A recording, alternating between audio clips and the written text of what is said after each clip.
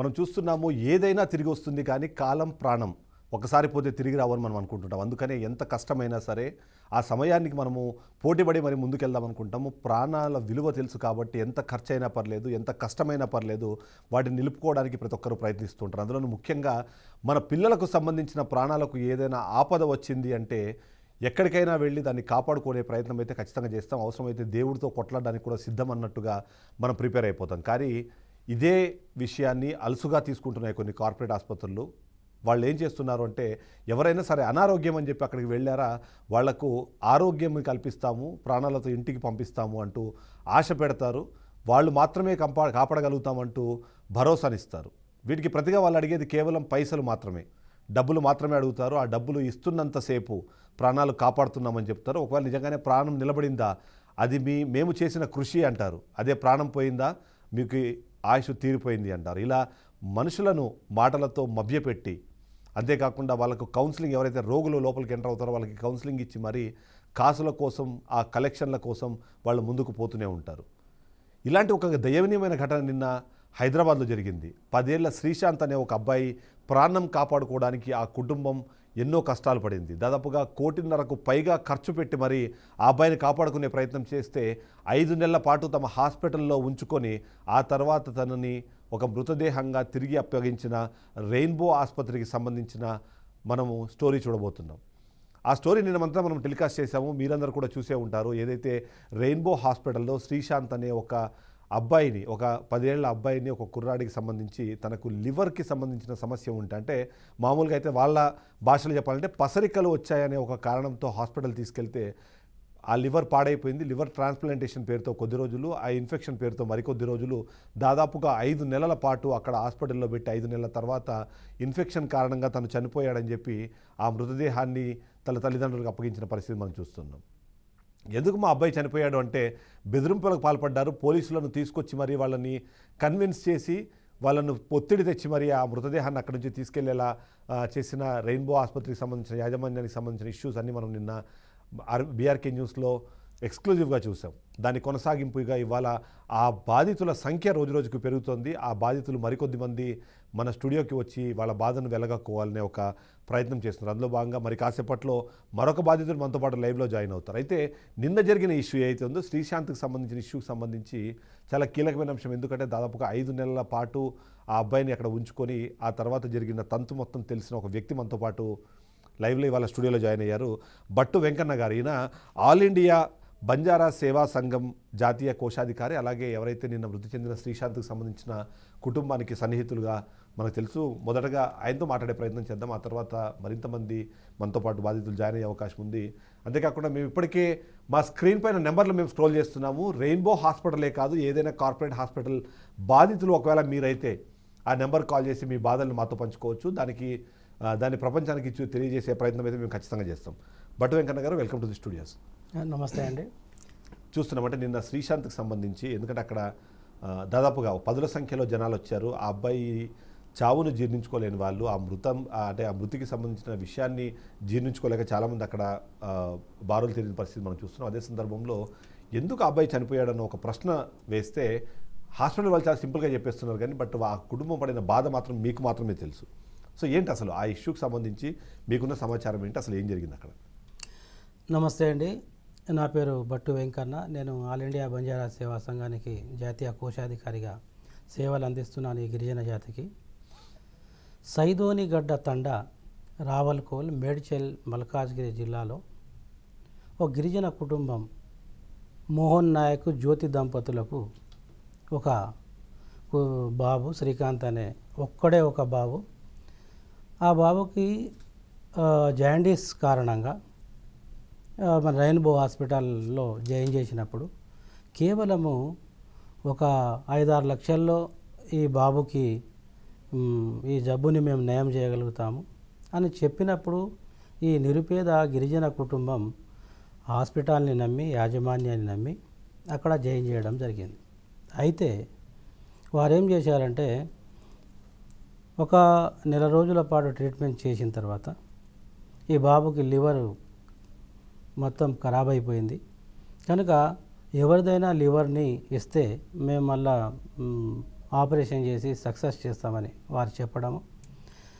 తండ్రికి ఒక్కడే కొడుకు గనక ఇతను ఆవేదనలో వాళ్ళ బామర్ది సురేష్ అనే వ్యక్తి లివర్ని తీసి ఆ బాబుకి వేయడం జరిగింది.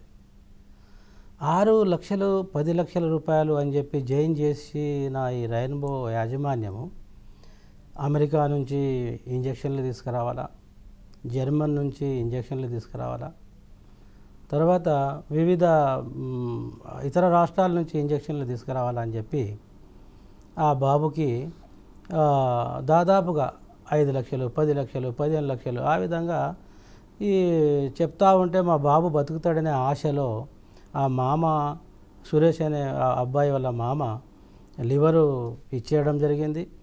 లివర్ ఇవ్వడం వల్ల వాళ్ళ మామ వాళ్ళ అత్తమ్మ ఉంది కదా, నువ్వు ఇక ఏం పని చేయలేవని చెప్పేసి ఆ అమ్మాయి ఇతన్ని వదిలిపెట్టేసి వాళ్ళ అమ్మగారింటికి వెళ్ళిపోవడం జరిగింది. అక్కడ ఆ కుటుంబం అన్యాయమైంది. ఇక్కడ ఈ యొక్క ఆపరేషన్ పరంపరలో దాదాపుగా 1,20,00,000 రూపాయలు వీళ్ళకు బిల్లు వచ్చింది. అయితే 1,20,00,000 రూపాయలు ఈ నిరుపేద గిరిజనుడి దగ్గర ఎక్కడా అని అన్నప్పుడు నా కుమారుడు బతుకుతాడనే ఆశలో ఉన్న 10 గుంటల భూమిని అమ్మేయడం జరిగింది అతను, ఉన్న ఒక ఇల్లుని అమ్మేయడం జరిగింది అతను. ఊర్లో తండాలో ప్రతి ఒక్క మనుషుల దగ్గర తిరిగేసి 5,000 10,000 6,000 ఆ విధంగా అతను అప్పుల పాలు కావడం జరిగింది. తర్వాత అది సరిపోకపోను నేను స్వయంగా నన్ను అప్రోచ్ అయినప్పుడు నేను గౌరవ ఎమ్మెల్సీ తీన్మార్ మల్లన్న గారితో నేను ఈ విషయంలో సంప్రదింపులు చేయడం జరిగింది. తీన్మార్ మల్లన్న గారు కూడా ఈ హాస్పిటల్ యాజమాన్యంతో వారు మాట్లాడి మీరు ఈ విధంగా గిరిజనుల పట్ల అమానుష్యంగా మీరు ప్రవర్తించవద్దని చెప్పేసి వారు చెప్పడం జరిగింది. వారి క్యూ న్యూస్లో కూడా ఈ వార్తని టెలికాస్ట్ చేసి అక్కడ ఎవరు వీలైనంత వాళ్ళు అయితే నేను ఒకసారి మిమ్మల్ని ఇంటరప్ట్ చేస్తాను. ఎందుకైతే ఈ షో పెట్టిన ఉద్దేశం ఒకటి, ఎందుకంటే కార్పొరేట్ హాస్పిటల్స్ అనగానే ప్రాణాలు కాపాడుతాయని ఒక ఆశతో అక్కడికి వెళ్తారు. సరే ఖర్చు ఎంతైనా పర్లేదు, ఎందుకంటే మనకి ఆప్తులు ఎవరైతే ఉన్నారో వాళ్ళ ఇంటికి తిరిగి వస్తే చాలు అని ఒక ఆశపడతారు. అయితే అలా కాకుండా కేవలం డబ్బులు వసూలు చేయడానికి లేదా డబ్బులు గుంజడానికి మాత్రమే ఇక్కడ ఏమైనా వర్క్ జరుగుతుందన్న అనుమానం చాలామందిలో ఉంటుంది. అది క్లారిఫై చేసేందుకు ఈ షో మనకి ఇవాళ మనతో పాటు ఫిరోజ్ గారు అతని కుటుంబం కూడా మనతో పాటు ఇవాళ లైవ్లో జాయిన్ అవుతున్నారు. ఎందుకంటే వాళ్ళది కూడా ఇదే తరహా ఒక బాధ. ఫిరోజ్ గారు నా వాయిస్ వినిపిస్తోందా? ఎస్ ఫిరోజ్ గారు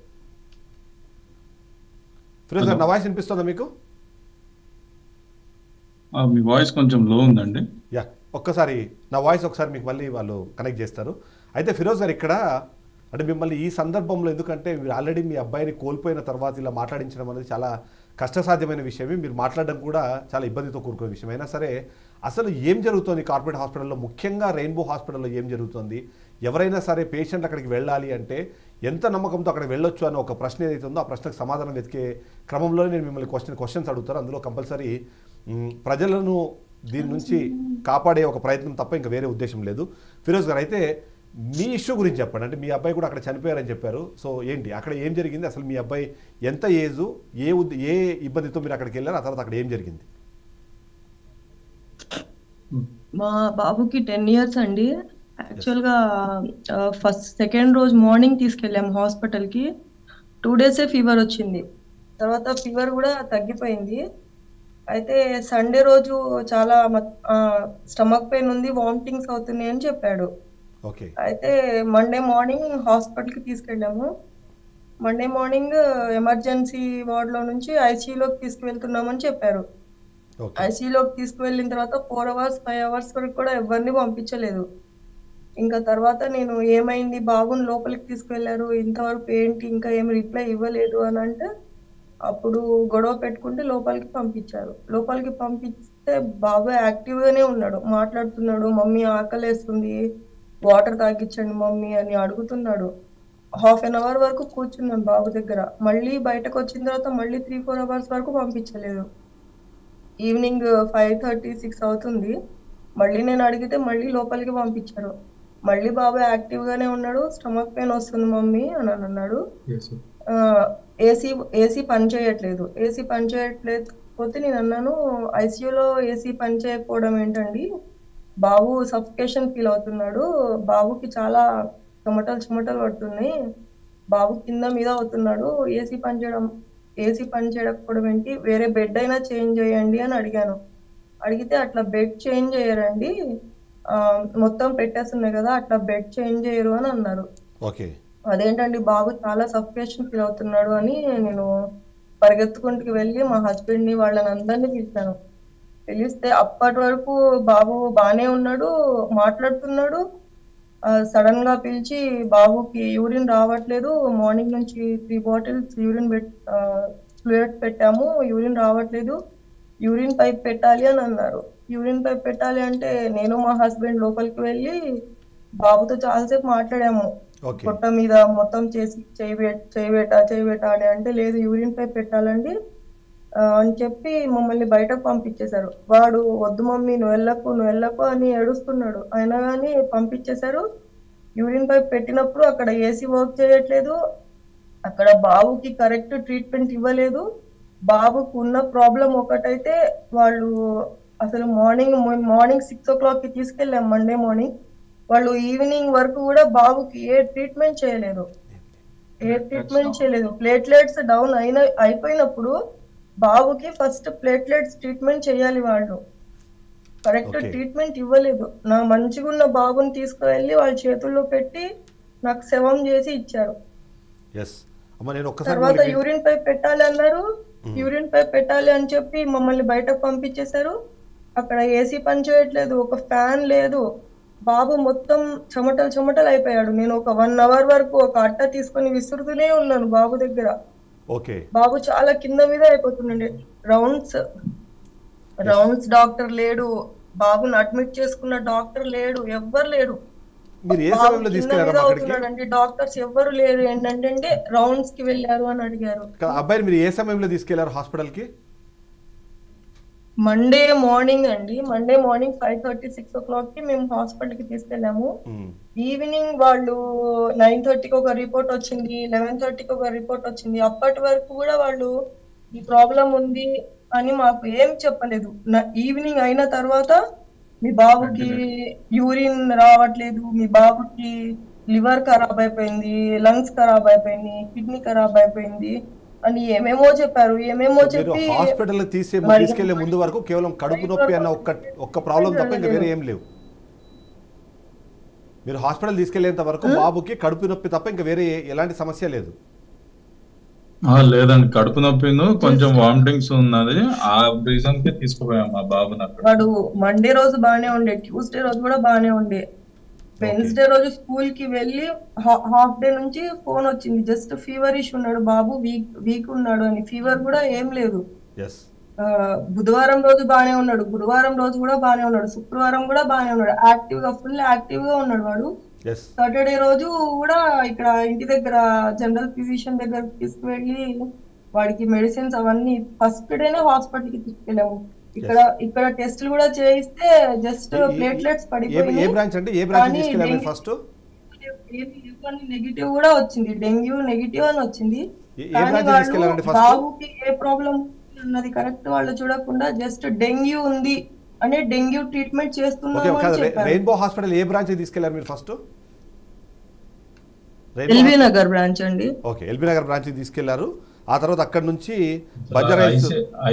ఐసీయూలో డ్యూటీ డాక్టర్ ని పిలవాలంటే హాఫ్ అన్ అవర్ పట్టేది. ఆయన ఎక్కడో తిరుగుతూ టైం పాస్ చేస్తూ ఉంటే నర్సులు ఫోన్ చేస్తే 20 నిమిషాలకు వచ్చేవాడు ఐసీయూ వార్డుకి. ఒక్కసారి నేను ఇక్కడ ఒక నిమిషం ఆపుతాను నేను, ఎందుకంటే సేమ్ ఇలానే మనం రెయిన్బో హాస్పిటల్ సంబంధించి అనగానే తెలంగాణ రాష్ట్రంలో కదా, ఆంధ్రప్రదేశ్ రాష్ట్రం నుంచి కూడా ఒక బాధితులు కాల్ చేశారు. కుమార్ గారు మనతో పాటు విజయవాడ నుంచి కాల్ చేస్తారు. ఒకసారి ఆయనతో కూడా ఒకసారి మాట్లాడదాం, మళ్ళీ నేను మీ దగ్గరకు వస్తాను. కుమార్ గారు good afternoon sir. Good afternoon అండి. కుమార్ గారు చెప్పండి, అంటే ఏంటి, ఎవరు అంటే మీ ఎవరు ఇలాంటి ఇబ్బంది? లైవ్ ప్రోగ్రామ్ హైదరాబాద్ అండి. మీరు హైదరాబాద్ నుంచి అండి? సార్ హైదరాబాద్ సార్, ఇది లైవ్ ప్రోగ్రామ్ హైదరాబాద్ నుంచి. అవునండి, అవునండి, హైదరాబాద్ నుంచి అండి. అవునండి సరే సార్, లాస్ట్ 2 years బ్యాక్ విజయవాడలో రెయిన్బో హాస్పిటల్ ఉంది సార్. ఓకే. అయితే మా పాపకి మా మనోరాలకి 10 నెలల పాప సార్. ఓకే 10 నెలల పాప అయితే ఆ పాపకి కొంచెం అటు ఉండి సడన్ గా వాటర్ తాగటం, వాటర్ తాగిన వాటర్ వామిటింగ్ అయిపోవడం, నీళ్ళు పడిపోవడం, ఇట్లాగా గొంతు దగ్గర కొంచెం లైట్ గా రాసి వచ్చింది సార్. ఓకే అయితే మన ఏలూరులో ఉన్న ఏలూరు హాస్పిటల్ తీసుకెళ్తే ఆ డాక్టర్ గారు చెకింగ్ చేసి ఏం లేదమ్మా గొంతు ఇన్ఫెక్షన్ లేదు అని ఏంటి డాక్టర్ గారికి రాసి ఆయన కూడా చెక్ చేసి ఏం లేదమ్మా ప్రాబ్లం లేదు బాగానే ఉందని చెప్పి మళ్ళీ ఆర్చ్ హాస్పిటల్ రాశారు సార్. ఓకే ఆర్చ్ హాస్పిటల్కి తీసిన తర్వాత వాళ్ళు ఈఎన్టీ డాక్టర్ గారు గొంతుకు సంబంధించి అన్ని టెస్టులు చేసి ఇక్కడ కూడా ఏం కంప్లైంట్ ఏం లేదమ్మా అంతా బాగానే ఉంది, లోపల గొంతు ఏమైనా వస్తుందేమో చూస్తామని చెప్పి అన్నారు సార్. ఓకే అన్న తర్వాత అప్పటికి 2 days అయిపోయింది సార్. అప్పుడు ఆ పాప 10 నెలల పాప కదా సార్, పాలు తాగడం వాటర్ తాగడం కొంచెం బాగా నీరసంగా ఉంది, ఏం తాగకపోవడం వల్ల కొంచెం భయం వేసి మళ్ళీ ఏలూరు డాక్టర్ గారు తీసుకెళ్తే ఆ డాక్టర్ గారు విజయవాడలో ఉన్న రెయిన్ హాస్పిటల్ రిఫర్ చేశారు sir. Okay rain hospital refer చేస్తే సార్ అక్కడికి వద్దండి, అందులో బాగా కాస్ట్లీ సార్ అదే హాస్పిటల్, మనలాంటోళ్ళు లేబర్ ఫ్యామిలీ సార్, మనలాంటోళ్ళు చేయలేము సార్ అని చెప్పాను. అంటే ఏం పర్లేదమ్మా డాక్టర్ గారితో నేను మాట్లాడతాను చెప్పి మా ముందు డాక్టర్ గారితో మాట్లాడి అక్కడికి రిఫర్ చేశారు సార్. అయితే విజయవాడ వెళ్ళిన తర్వాత డాక్టర్ గారు చూసారు సార్, చెక్ చేసి ఏంటి డాక్టర్ గారు చూసి మళ్ళీ ఆయన వేరే డాక్టర్ గారు రాశారు, అంటే న్యూరాలజిస్ట్ రాశారు. న్యూరాలజిస్ట్ రాస్తే సార్ అవన్నీ చూసి ఎవరో లోపల గొంతు ఏమైనా ఉందేమో లోపల అని చెప్పి లోపల ఎండోస్కోపీ కూడా చేశారు సార్. పాపకి 10 నెలల పాపకి 10 నెలల పాపకి లివర్ ప్రాబ్లం ఉందేమో ఎండోస్కోపీ చేశారు. ఎండోస్కోపీ చేశారు సార్. ఓకే అంటే ఆ సార్ని ఏంటి డాక్టర్ సార్ అది గొంతు ఇన్ఫెక్షన్ సార్, అది గొంతులో ఉన్న ర్యాష్ గానే ఇట్లా గొంతు వస్తుపోతే ఎలా జరుగుతుంది సార్, అది వాటర్ తాగిన బయటకు రావడం, ఆ టైంలో తినేది వాళ్ళు తెల్లకి అయ్యాయి కదా సార్. అవునండి అవును. అయితే అవి తిన్నా కూడా బయటకు వచ్చేస్తుంది సార్ అంటే డాక్టర్ నువ్వా నేనా అని చెప్పి ఆమె రివర్స్ అయ్యారు సార్ ఆయన. ఓకే అయితే పాపకి సంబంధం లేని టెస్ట్ చేశారు సార్. ఓకే ఒక బ్లడ్ టెస్ట్ 21,000. వేరే హాస్పిటల్ అక్కడ ఏదో బ్రిడ్జి దగ్గర ఏదో స్కానింగ్ ఉంది సార్, అది దాని పేరు ఏదో ఉంది. ఓకేలే అంటే మీకు ఫైనల్ గా ఎన్ని రోజులు చికిత్స చేశారు?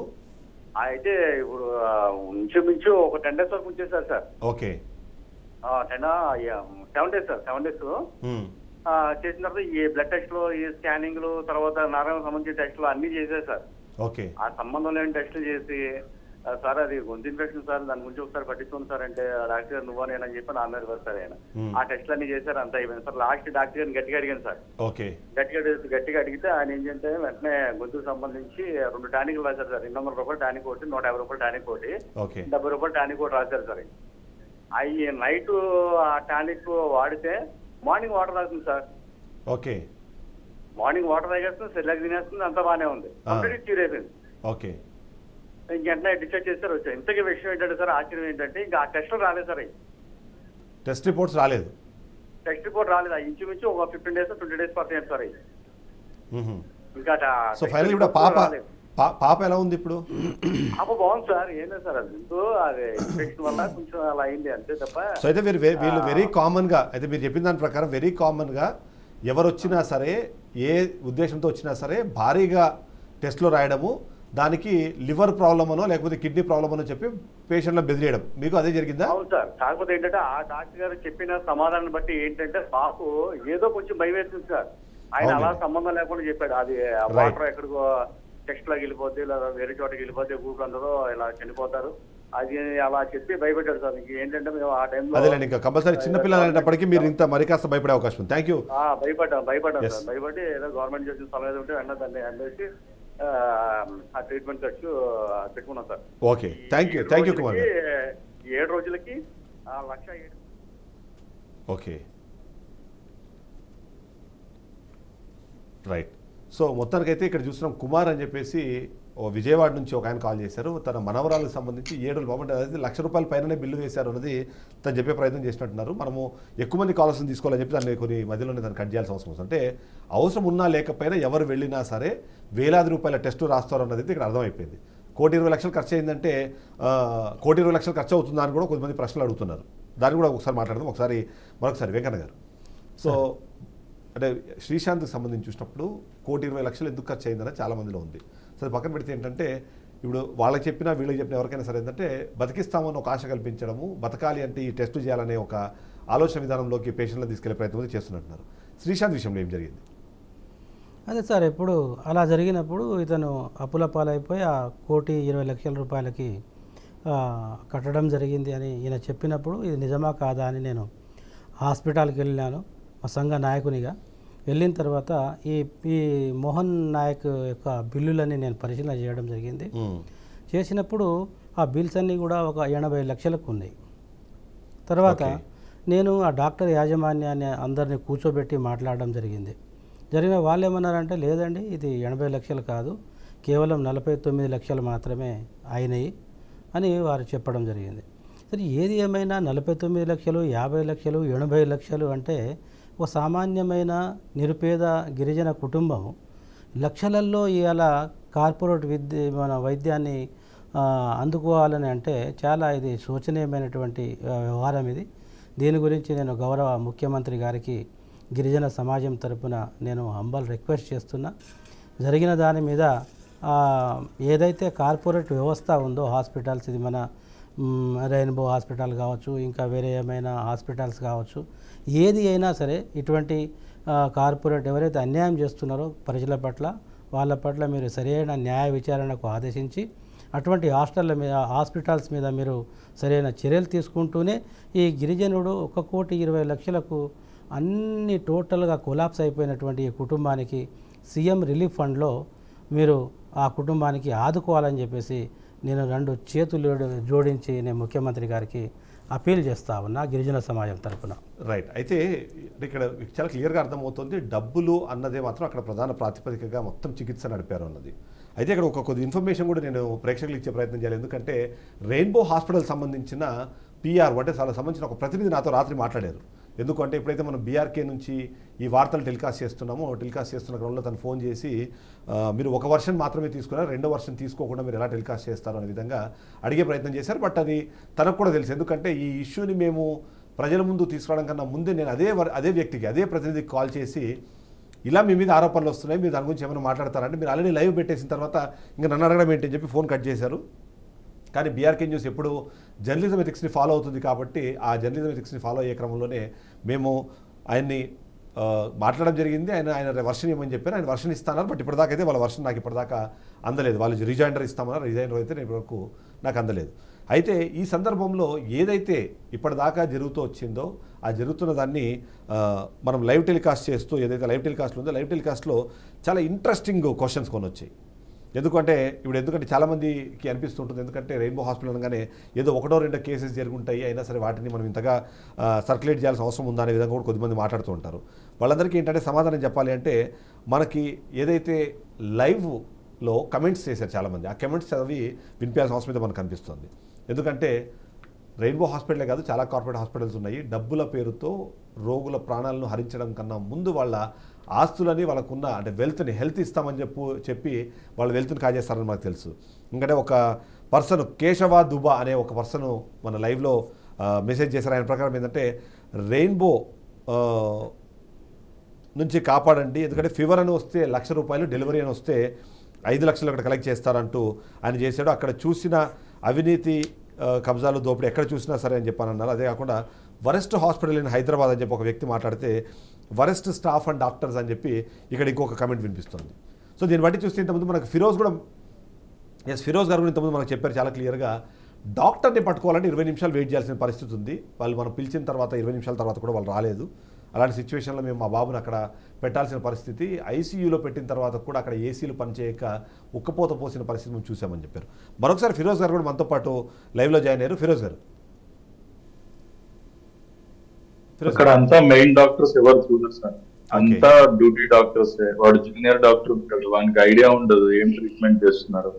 Main thing they don't allow even mother to be at the kids place. Okay, మేము లిటరల్లీ చూసింది ఏంటంటే 6 months 1 year బేబీస్ కి కూడా పైప్స్ అన్ని పెట్టేసి మదర్స్ ని కూడా లోపల రానియకుండా వాళ్ళు లోపల ఏం చేస్తున్నారు అనేది ఎవరికి తెలియకుండా మేనేజ్ చేస్తున్నారు. ఏమన్నంటే మా రూల్స్ 4 సెక్యూరిటీ గార్డ్స్ ఉంటారు, లోపల ఫోన్ ఇయ్యరు. ఇంకా బాబు పిల్లవాళ్ళు అల్లాడి ఏడుస్తుంటే అప్పుడు మదర్ ని అలౌ చేస్తారు. లోపల ఒక్క మా బాబే కాదు, ఎంతో మంది పిల్లలు మా మమ్మీ లేదు, మా మమ్మీ రావట్లేదు, ఆకలేస్తుంది, మేము వాష్రూమ్ కి వెళ్ళాము, ఎవరు క్లీన్ చేయట్లేదు అని అక్కడ ఐసీయూలో ఉన్న పిల్లలు ఎంతో మంది అల్లాడుతుంటే నా కళ్ళతో చూశాను. నా బాబుని కూడా నేను చూశాను, పక్కన ఉన్న పిల్లల్ని కూడా చూశాను. అలాంటి సిచ్యువేషన్ ఏ పేరెంట్స్ కి రాకూడదు. అసలు అలా మంచిగా ఉన్న బాబుని తీసుకొని వెళ్ళి నేను మా బాబు ప్రాణం తీసేశారు. శవాన్ని కూడా వదిలిపెట్టలేదు. ఇక్కడ ఎవరైనా సరే వాళ్ళ పిల్లల్ని అపురూపంగా చూసుకుంటారు. చిన్న వాళ్ళకి బాధ కలిగింది అంటే మన కళ్ళల్లో కన్నీళ్ళు వచ్చేంత స్థాయిలో వాళ్ళని పెంచుకుంటాం. కానీ అక్కడ చికిత్స పేరుతో తీసుకెళ్తే ఇట్లాంటి అడిషనల్గా అంటే వాళ్ళకి ఏమంటారు కొత్త సమస్యను సృష్టించడం అన్నది ఖచ్చితంగా. ఎందుకంటే ఇంకొక విషయం ఉంది ఫిరోజ్ గారు ఇక్కడ. ఎందుకంటే ఆ కార్పొరేట్ హాస్పిటల్స్లోకి ఎంటర్ అవ్వగానే వాళ్ళు కౌన్సిలింగ్ ఇస్తారు. సో మీ బాబు తీసుకెళ్ళినప్పుడు వాళ్ళు ఎలాంటి కౌన్సిలింగ్ ఇచ్చారు, మీకు ఏమేమి విషయాలు చెప్పారు? ప్రతి 2 hours ఒకసారి వస్తాడు డాక్టర్, 4 నుంచి ఉంటారు. సెక్యూరిటీ వాడు వీడియో కెమెరా తీసుకొని షూట్ చేస్తూ ఉంటాడు. మీ బాబు ఈ స్టేజ్ నుంచి ఈ స్టేజ్ కి వచ్చేసాడు, ఇప్పుడు ఇది చెయ్యాలి, మీకు ఓకేనా కాదా, లేదా తీసుకెళ్ళిపోండి అంటే బెడ్ మీద పడున్న బాబుని ఒక క్రిటికల్ స్టేజ్ కి తెచ్చి తీసుకోబోండి అంటున్నారు. అప్పుడు ఎవరెక్కడ తీసుకోబోతారు? We have to bend to them, వాళ్ళని అడగాలి, ఇది చేయాలి. ఇంకా లాస్ట్ నేను ఈవినింగ్ నా బాబుకి ఏమన్నా అయితే నేను మీడియాని తీసుకుని వస్తా, మీరు ఏమనుకుంటున్నారు అంటే దాని 2 hours కి చెప్పేశారు బాబు వెంటిలేటర్ మీద ఉన్నాడు, బంజారాస్ తీసుకోండి అని ట్రాన్స్ఫర్ చేసేసారు. మా దగ్గర మిషన్స్ లేవు, మా దగ్గర ఎక్విప్మెంట్స్ లేవు, బాబుని అక్కడికి తీసుకువెళ్ళిపోండి అని చెప్పారు. 1 day లో 10 years బాబుకి 1 day లో అన్ని బాడీ ఆర్గన్స్ అన్ని ఖరాబ్ అయిపోయినాయి. మార్నింగ్ నుంచి ఈవినింగ్ లో మంచిగా ఆడుతూ పాడుతూ తిరుగుతున్నవాడు. సాటర్డే రోజు కూడా బాగున్నాడు, తిన్నాడు. సండే రోజు కూడా బాగున్నాడు. మండే మార్నింగ్ తీసుకెళ్ళాము, ట్యూస్డే ఈవినింగ్ కి మాకు బాబుని శవం చేసి ఇచ్చారు. ఇక్కడ ఎల్బీ నగర్ హాస్పిటల్లోనే వాళ్ళు ఏమో చెప్పేశారు. కానీ మేము అట్లా చెప్పేటప్పటికి మా దగ్గర ఎక్విప్మెంట్స్ లేవు, మిషన్స్ లేవు అని ఇక్కడ నుంచి అక్కడికి షిఫ్ట్ చేశారు. అక్కడికి వెళ్ళిన తర్వాత కూడా నేను బాబు దగ్గర నుంచి కదలలేదు. బాబు బాడీ మొత్తం గట్టిగా అయిపోయి పచ్చగా అయిపోయి ఎంత వెంటిలేటర్ పెట్టినా గానీ బాబు దాంట్లో అసలు ఏ మూమెంట్ లేదు. నేను ప్రతి దానిని అడుగుతున్నాను, బాబుకి మీరు బ్లడ్ ఎక్కిస్తున్నారు, ప్లాస్మా ఎక్కిస్తున్నారు, ఇన్ని చేస్తున్నారు, బాబు దాంట్లో ఏమి మూమెంట్స్ లేవు ఎందుకని? ఇది ఒకవైపు నుంచి బ్లడ్ ఎక్కిస్తున్నారు, ఒకవైపు నుంచి బ్లడ్ వచ్చేస్తుంది, అట్లా ఎందుకు అవుతుంది? బాబుది బాడీ ఎందుకు గట్టిగా అయిపోయింది, ఎందుకు చల్లబడిపోయింది అని ప్రతిదీ నేను అడుగుతూనే ఉన్నాను. వాళ్ళు దేనికి ఆన్సర్ చెప్పట్లేదు. పెద్ద డాక్టర్ వచ్చి మాట్లాడతాడు, పెద్ద డాక్టర్ వచ్చి మాట్లాడుతూనే ఉంటున్నారు. నా బాబుని ఒక శవాన్ని పడుకోబెట్టి వాడికి హింస చేసి చంపేశారు. వాళ్ళు నా కళ్ళ ముందు వాడిని టార్చర్ చేశారు. దేనికి కూడా వాళ్ళు కరెక్ట్ ఆన్సర్ చేయలేదు. వాడికి ఉన్న ప్రాబ్లం ఏంటా అన్నది కూడా వాళ్ళు అసలు గెస్ట్ చేయలేదు, వాడికి కరెక్ట్ ట్రీట్మెంట్ ఇవ్వలేదు. అయితే ఒక విషయం చెప్పండి, మీరు ఎల్బీ నగర్ లో ఉదయం 5:30 సమయంలో మీరు అక్కడికి వెళ్ళారు. అక్కడ నుంచి బంజారా హిల్స్ తీసుకెళ్ళమని చెప్పడానికి, లేకపోతే మా దగ్గర ఇక్కడ అంటే అవసరమైన పరికరాలు లేవు అని చెప్పడానికి ఎంత టైం తీసుకున్నారు? ఎంత సమయం తర్వాత మీకు చెప్పారు ఇక్కడ నుంచి అక్కడ తీసుకెళ్ళిపోండి బంజారా హిల్స్? మార్నింగ్ 6 o'clock కి జాయిన్ అయితే ఈవినింగ్ 8:30 వరకు కూడా వాళ్ళు ఏ ట్రీట్మెంట్ చేయలేదు. ఐసీయూలో బాబు కింద మీద అవుతున్నాడు, వాడికి స్వెట్ వస్తుంది, వాడికి ఆకలేస్తుంది, మమ్మీ వాటర్ ఇవ్వు మమ్మీ అని తను బతిమిలాడిండు. కనీసం వాళ్ళు వాటర్ కూడా తాగించలేదు. మిగతా పిల్లలు కూడా అల్లాడుతున్నారు. ఈవినింగ్ 10:30, 11:30 వరకు కూడా రౌండ్స్ కి వచ్చే డాక్టర్ కూడా రాలేదు. నేను డాక్టర్ ఏడండి అని అడిగితే నేను ఇక్కడ వర్క్ చేస్తానండి అని అంటున్నాడు. మీరు ఇక్కడ వర్క్ చేస్తే మెయిన్ డాక్టర్ ఏమి అని అక్కడ నుంచోబెట్టాను.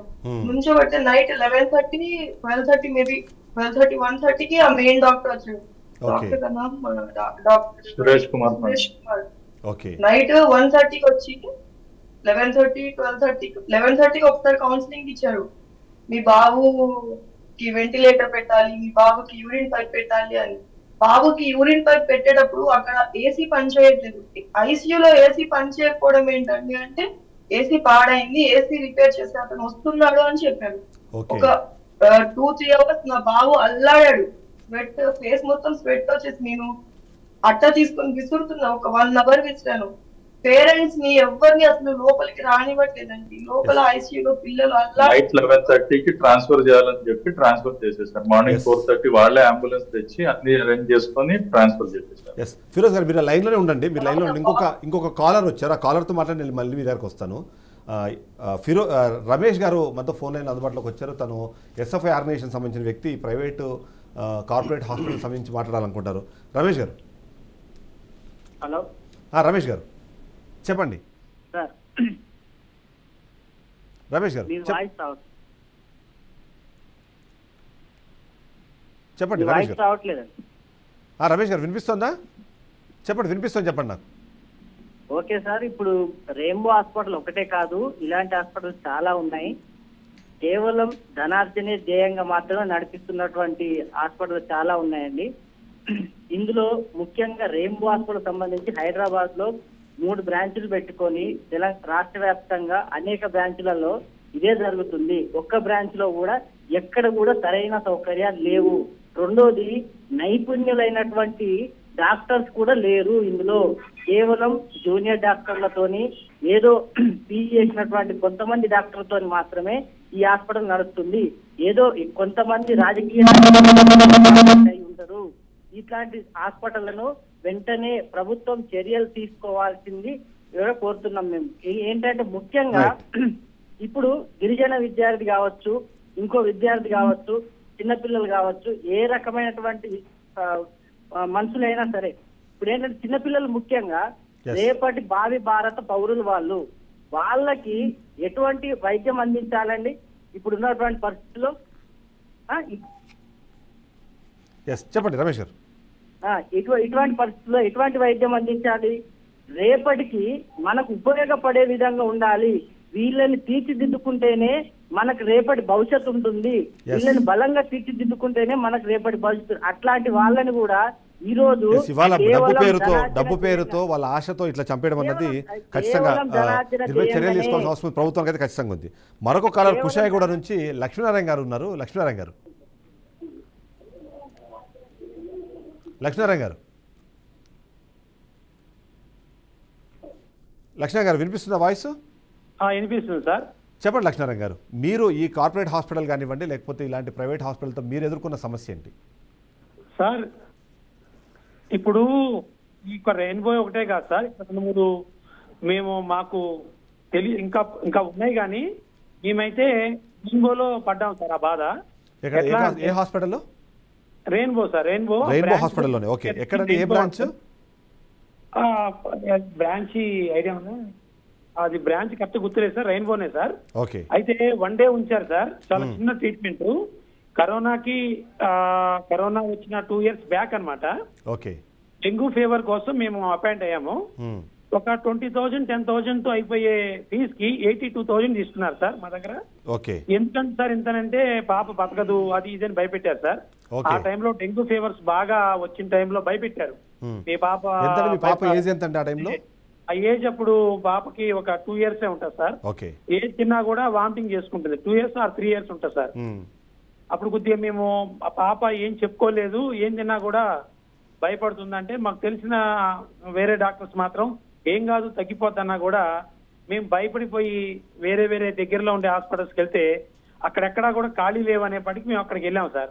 అక్కడ కూడా ఫస్ట్ ఖాళీ లేదు అని చెప్పి తర్వాత వేరే సైడ్ ఇంకా వేరే వాళ్ళు ఉంటారు సార్.